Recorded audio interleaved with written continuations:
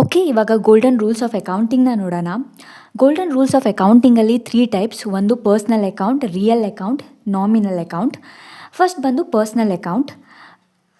Rule ಬಂದು debit the receiver, credit the giver. ನಮಗೆ ಇಲ್ಲಿ ನೋಡ್ಬೋದು ನೀವು ಪರ್ಸ್ನಲ್ ಅಕೌಂಟ್ಸ್ ನೇಮ್ ಹೇಳ್ದಾಗೇ this account is related to persons. Okay, personal ಅಕೌಂಟ್ಸಲ್ಲಿ 3 ಕ್ಯಾಟಗರಿ. ಒಂದು natural person, artificial person, representative person. Natural ಪರ್ಸನಲ್ಲಿ ಬಂದು ಹ್ಯೂಮನ್ಸ್, ಪೀಪಲ್. ಈ ನ್ಯಾಚುರಲ್ ಪರ್ಸನ್ ಲೈಕ್ ರೋಹನ್ ಆಗಿರ್ಬೋದು, ರಕ್ಷಿತಾ, ನಾವಾಗಿರ್ಬೋದು, ನೀವಾಗಿರ್ಬೋದು, ಎಲ್ಲರೂ ಕೂಡ ನ್ಯಾಚುರಲ್ ಪರ್ಸನ್ ಅಂಡರಲ್ಲಿ ಬರ್ತೀವಿ. ನೆಕ್ಸ್ಟ್ ಬಂದು ಆರ್ಟಿಫಿಷಿಯಲ್ ಪರ್ಸನ್ಸ್.